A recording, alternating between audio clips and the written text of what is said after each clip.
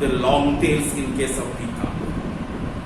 And turkey also possesses fan-like tails, and male can be identified from the female one.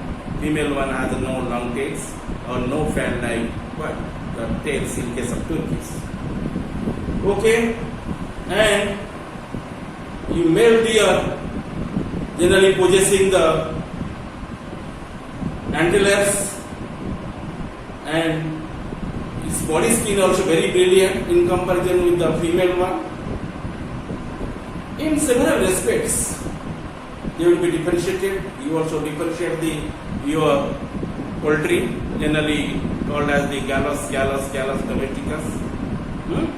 And in there, you find male one has the comb, female one has no comb, and female one is less active, male one is very active, strong, and very gorgeous.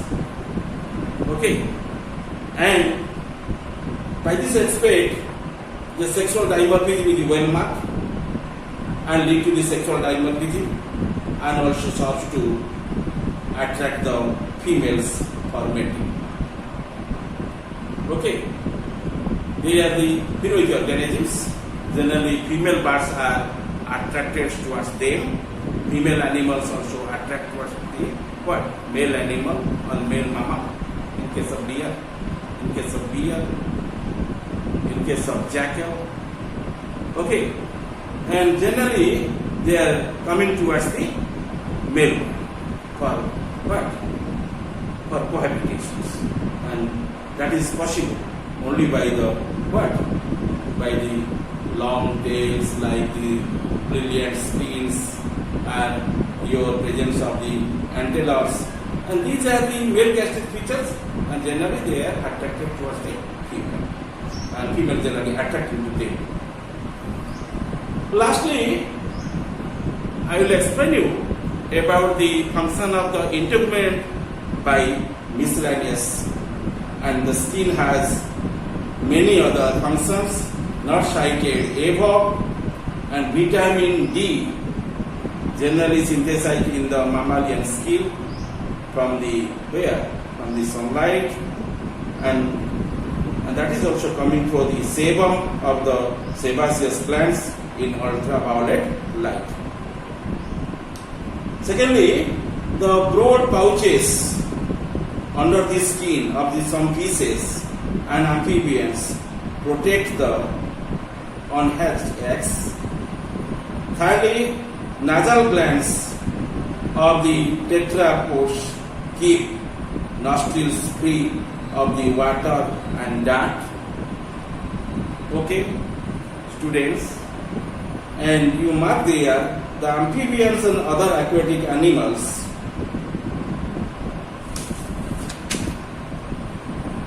carry on the considerable respiration through their rich vascular skin, and that is well visible in case of the invertebrate easily, and the organism is known as the earthworm, that is named as the Pheretima posthuma. On its body surface you find one cutaneous layer, that is nothing, that is the derivative of the integument or skin.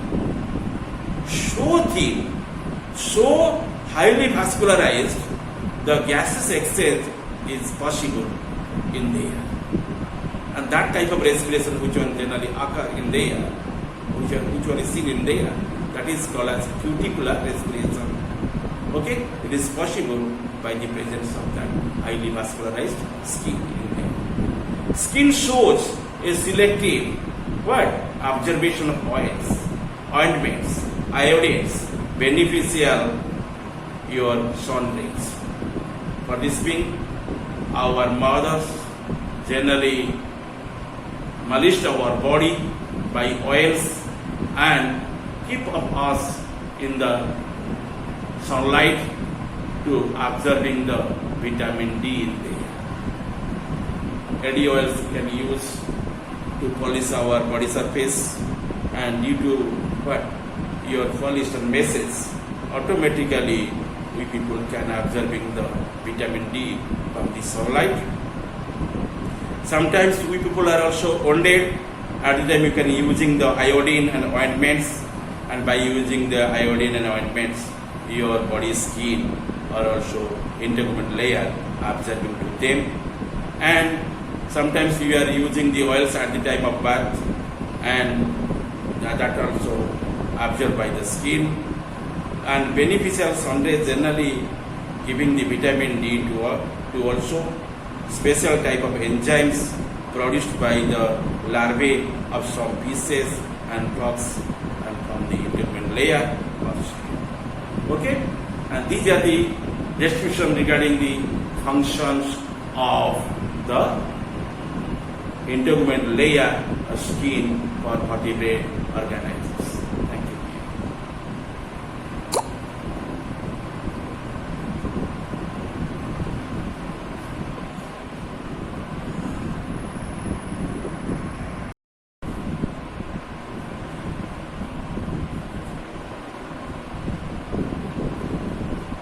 Good morning, students. Please be quiet. Let's draw your attention towards the blackboard. Especially in today, I shall explain you about the structure of integument layer or integument general, or you say structure of the skin also. Before I stated to you, the skin or integument is a protective covering of the vertebrate organisms, which one gives the protection to the organism from external shocks and injury by pressures, by chemical activities. Okay? And this one actually work in different manners to the organism. Not only helps in the protection, it also helps in the locomotion and also helps in the dermal skeleton and also helps in the your camouflage, mimicry in different manners, and sexual dimorphism in different manners they would be held to the organisms. One curiosity arises in our debating. If the integument would be held in the different poles, we people call to them as the jack of all trades. What is its construction process? What type of structures you find in there? How it is arranged in our body? Let us come to know detail about the structure of the integument in general manner. Okay? The skin of all the vertebrates is built according with the same basic plan, and your skin or integument layer is not a single layer. Integument is not confined within the cuticular layer, not confined within the epidermis. After the cuticle, you must find the epidermis is there. Under the epidermis, dermis is also be present in there. Dermis, epidermis, integument, aggregatively called as integument layer. Okay, and in lieu of the cutaneous, you can use integument. In lieu of the epidermis, you can use the integument. In case of the dermis, you can use the integument. That means integument is the first term. It one comprises three different layers. Outermost layer, which one is dead by nature, that is called as cuticle. Under the cuticle, you find the epidermis. Underneath of it, you find the dermis. Actually, the skin, or also be called as integument layer, is not constructed by only these layers. Some layers also be present in there. Okay.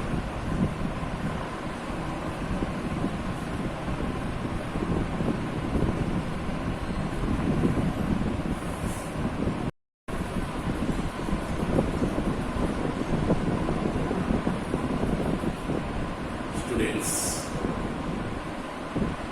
I welcome you all. Today, my topic is known as structure of integument or skin.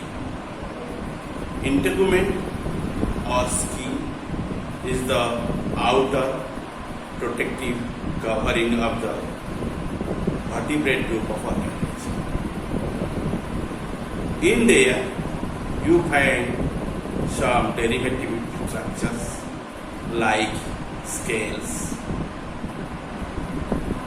that may be dermal or epidermal, or you may find in there hairs, paws, feathers, claws, nails, enamel of the teeth. In this manner, some derivatives must be present on the surface of integument or skin. Integument performs different functions for the vertebrate organism. I already explained to these points in the last class. But in today, I will explain you about the structure of it. Your integument, which you will find on the outer lining surface of the organism, is not a single layer. It not only constitutes the what? Cuticular layer. Cuticular layer is the uppermost layer, no there. Under of it you find the what? Epidermis. Underneath of it you find the dermis. Dermis plus epidermis plus integument layer constitute the integument layer of skin. Okay? The skin of all the vertebrates is viewed according with the same basic plane. Same basic plane, and it is multicellular and differs from that of the invertebrates in having two extra layers named as the outer epidermis, which develops from the ectoderm. Another one is known as dermis, that is the inner, and derived from the mesoderm. The origins are different. Dermis originated from the mesoderm, but epidermis is originated from the ectoderm. You know the germ layers. The germ layers in case of the higher group of organism is 3 layers. Outermost layer is called as ectoderm. Middlemost region is known as your mesoderm, and innermost layer will be known as endoderm. Your integument generally constituted by 2 different germinal layers. One is ectoderm, other origin place is known as mesoderm. From the mesoderm, dermis is formed out.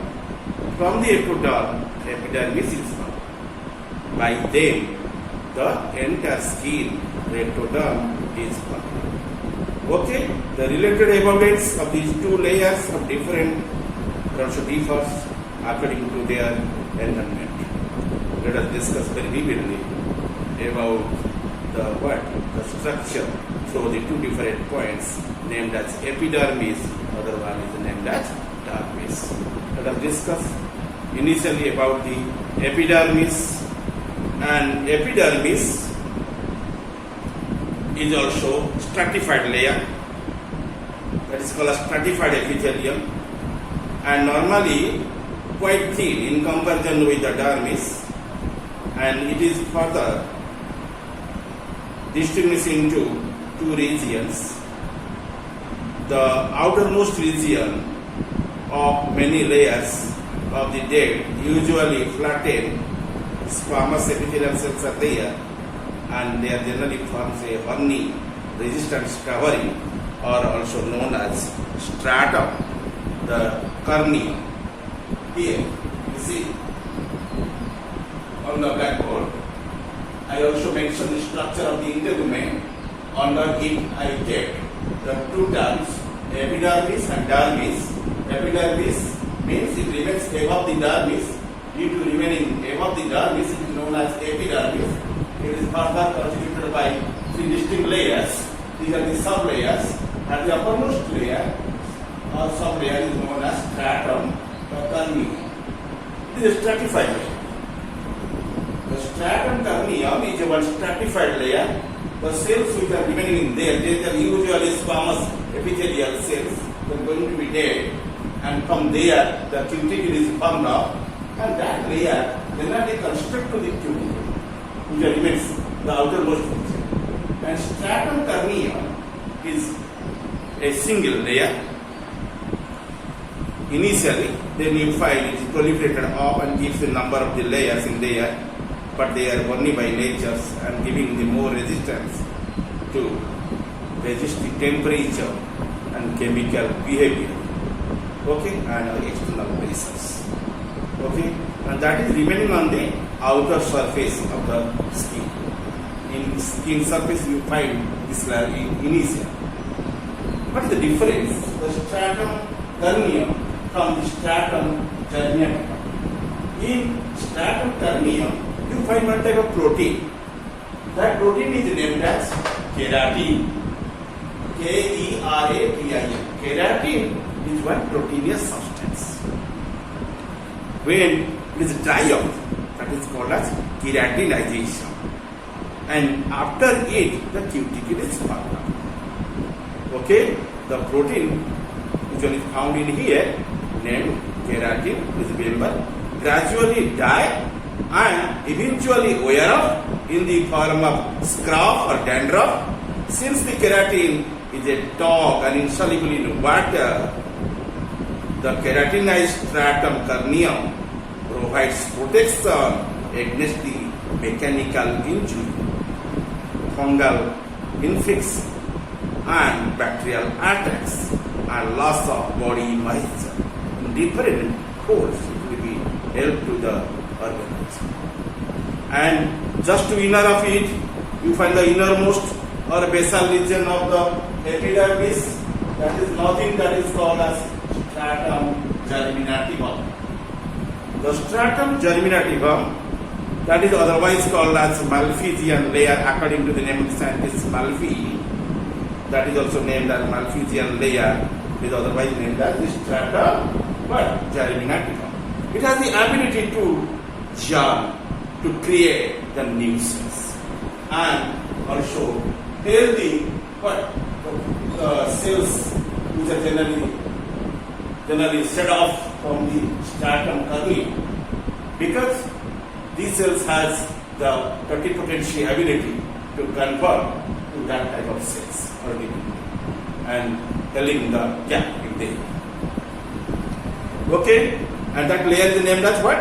Your stratum germinativum, which is separated from the underlying dermis by a basement membrane. In that layer, in fact, I also wrote in here the basement membrane.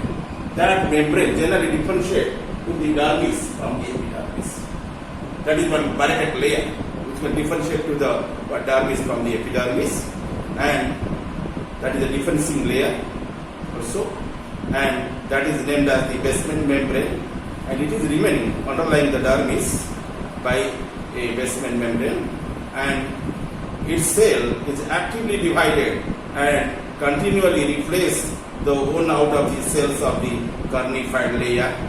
Actually, the dermis can sometimes also synthesizing some cells which are also helps the absence of the other cells in the region of the epidermis, because epidermis is stratified layer, and epidermis is comparatively thin in case of the aquatic vertebrates in comparison with your terrestrial vertebrates. But in aquatic vertebrates, you mark their epidermis generally comprising maximum goblet cells or mucous glands which are secreting mucus. Due to secretion of the mucus, automatically the body of the aquatic animals must be slippery and moist. But in case of the terrestrial animal, you mark there, its body generally possesses very thick the epidermal layer, and in there is no sufficient your glands. Which glands? The mucous glands or goblet cells. Very less amount of goblet cells actually remaining there. Okay, and the body surface would not be very slippery or moist in comparison with the aquatic animal. after that, this epidermal layer which is present at the outermost layer of the what? Of the skin or your you call as the integument, and that one produces one modified structures that is known as the what? The derivatives, and such as the scales, feathers, hairs, nails, claws, horns, enamels of the teeth are derived from the what? The stratum germinativum. Okay, their origin from the dermal layer, and so in dermal you find some derivatives, but some derivatives also arising from the stratum germinativum in case of the epidermis. That means that is synthesizing from the malphizian layers. Any doubt? And this is the nicking expression regarding the epidermis of the vertebrate organism in context of the integument layer or skin. Let us know about the dermis, that is the innermost layer. Just beneath the epidermis you find the dermis, but it is differentiated by the basement membrane, which one stands in between the epidermis and dermis. And dermis, otherwise called as the corium. What is it? It is otherwise called as corium.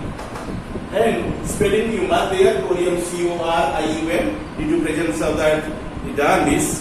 Generally, your epidermal layer will be mechanically stressed manner, and actually dermis gives the mechanical support to it, which is the inner layer of the skin and is comparatively thicker than that of the epidermis.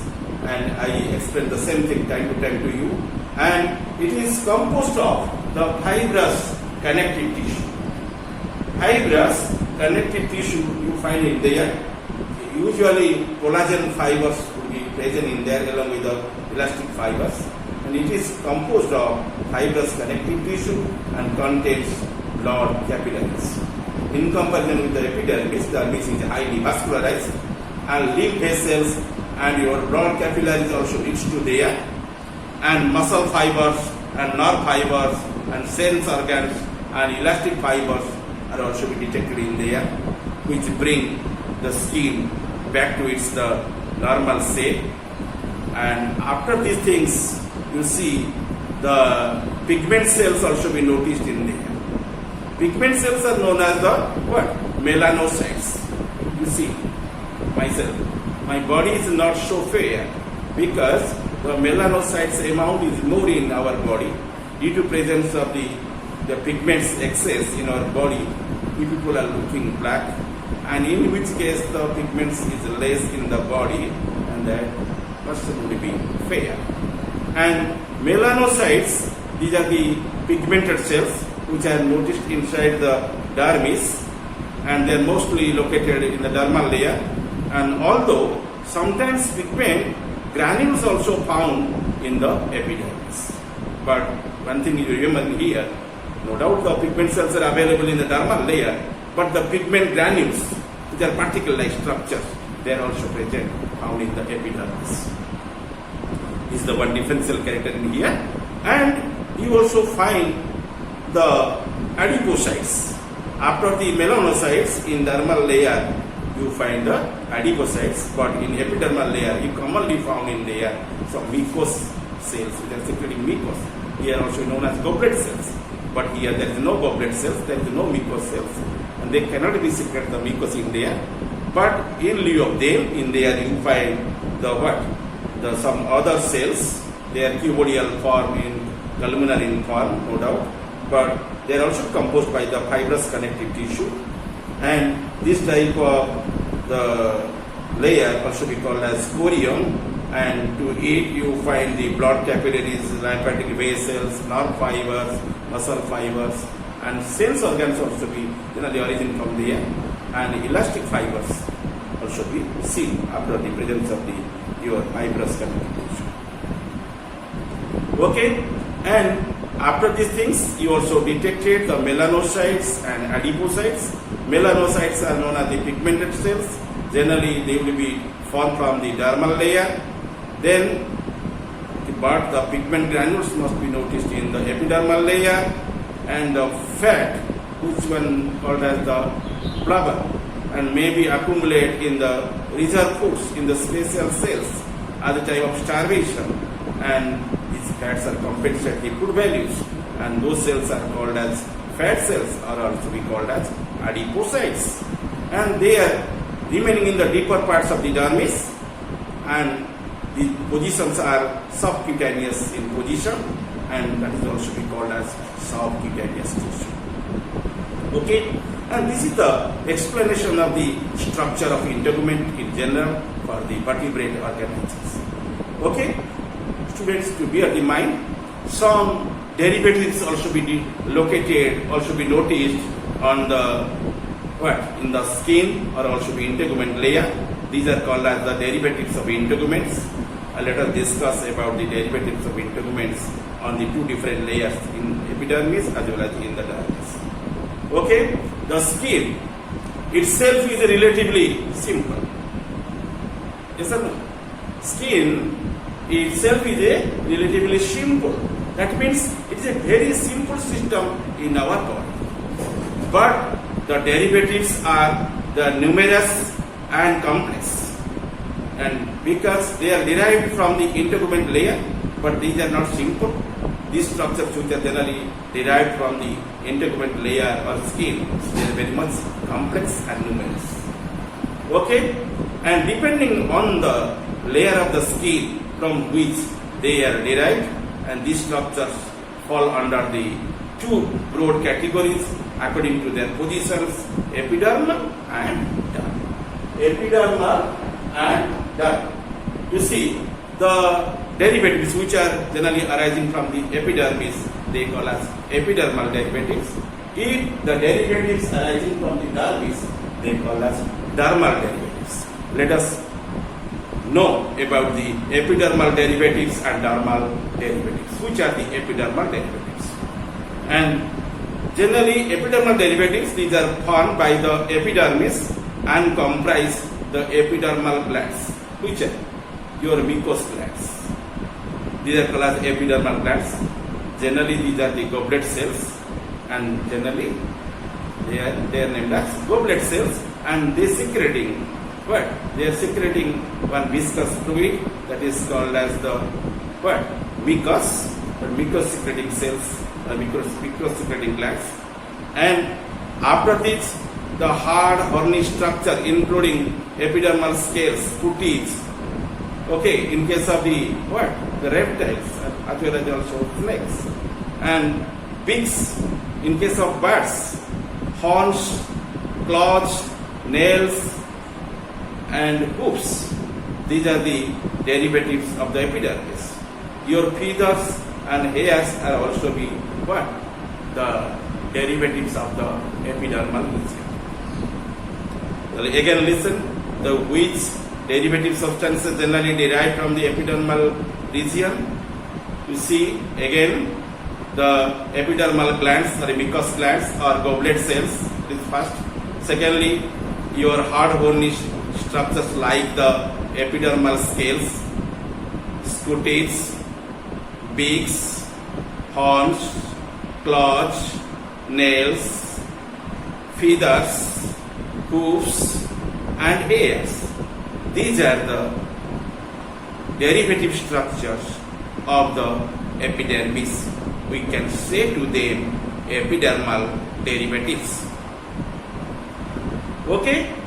People consider to these epidermal derivatives as exoskeleton. The skeletal mass which one present just at the outside of the body and helps in the protection. Okay, and named as the exoskeleton.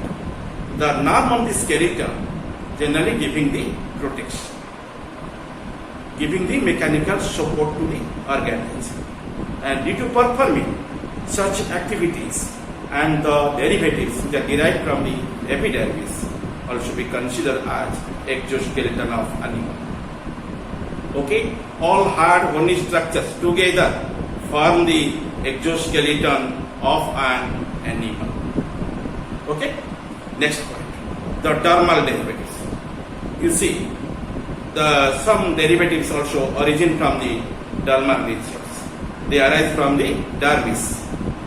Comprise your bony or dermal scales in case of the bony fishes. You find the scales are there on its body surface. These are derived from the where? Derived from the dermis, not from the epidermis. They arise from the dermis. So those scales are called as dermal scales. Dermal scales may be cycloid, may be tenoid, may be ganoid, may be placoid. Okay? And those scales which are available on the body surface of the fishes would be known as the dermal scales. Some reptiles like turtles, tortoises and also crocodiles, in there you find the plates. Plates are also be called as the what? The derivative structure of the dermis. And in case of fishes, you find the fins. And fins are mechanically supported by the fin rays. Okay, and these fin rays are generally hard bone in nature or by cartilaginous by nature. However, these are the derivatives of the dermis. In case of scutis, just under the skin you find the scutis also be remain, and that is also be derived from the dermis. And your antlers, you find the antlers in case of the male deer, and that antlers also be derived from the where? From the your dermal layer. Okay, these are also considered as the dermal derivatives. Mark there, your other horns which are generally present in the other animals, these are epidermal in nature, but antlers in case of the male deer, that is the dermal in behavior because it is arising from the dermis called as the dermal derivative.